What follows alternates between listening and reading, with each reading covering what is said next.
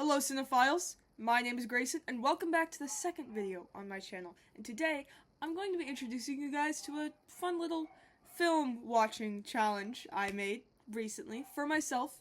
Cause, just an idea I had. I was thinking about how many actors I say I really like, and then people start naming films that they've been in, and I'm like, I don't know that one.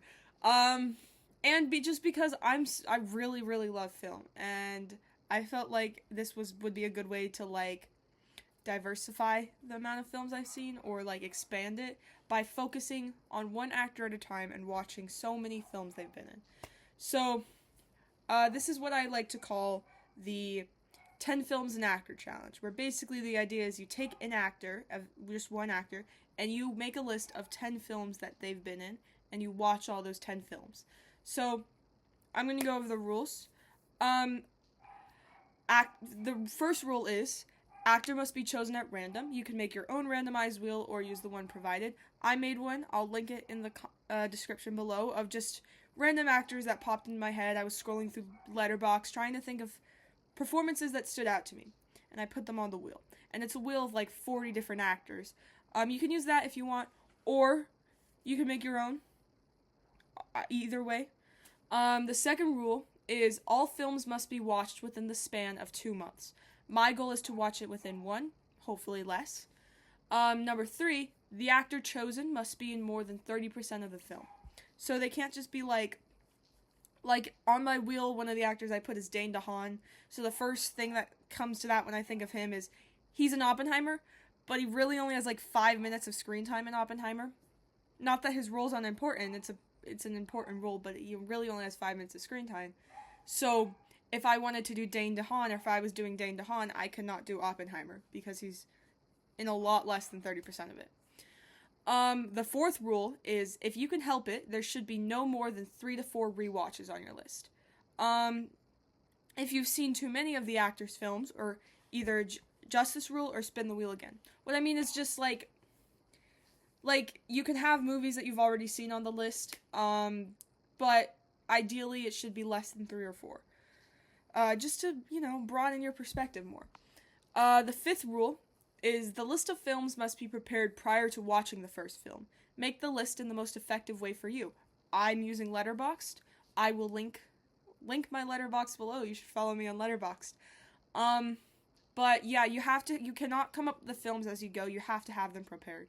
And if you realize, if you need to move it around, if you realize it's not on a streaming service you have access to and you don't want to pirate it, not that I'd ever encourage pirating,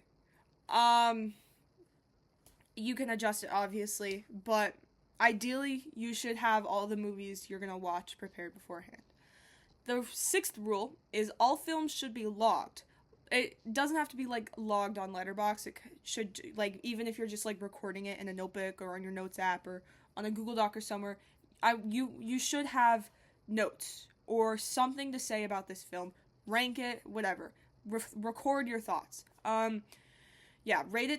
Rate it, prepare to rank it, record your thoughts.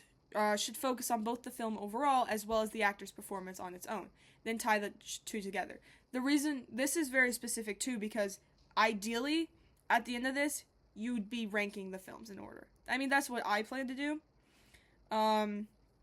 That's what I had in mind. You'd be ranking the films in, from least to best would be a part of it. And then the seventh rule is just have fun. Bend the rules as you need to enjoy yourself. If you're miserable, change actors or change your movies around. Ultimately, this is all just for fun. So, yeah, it's really as simple as that. Here's all the rules right here. And I figured I'd prepare, go over preparing to start this challenge with you guys. This isn't gonna be when I'm recording, this isn't gonna be what I'm actually doing for this first part, this first attempt at the challenge. I got Emma Stone, and I'm really excited about it. I already started it. I watched Begonia today, and it was a really great movie, really, really good movie. And I have my list prepared for her, but I'm gonna do one as if I was preparing again, just to show you guys. Okay. So to start, I'm on my wheel, the wheel of names that I made with about 40 different actors. on it that I'm going to spin right now.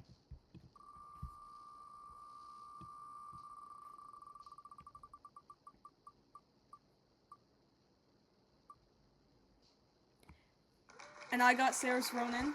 I probably butchered that name.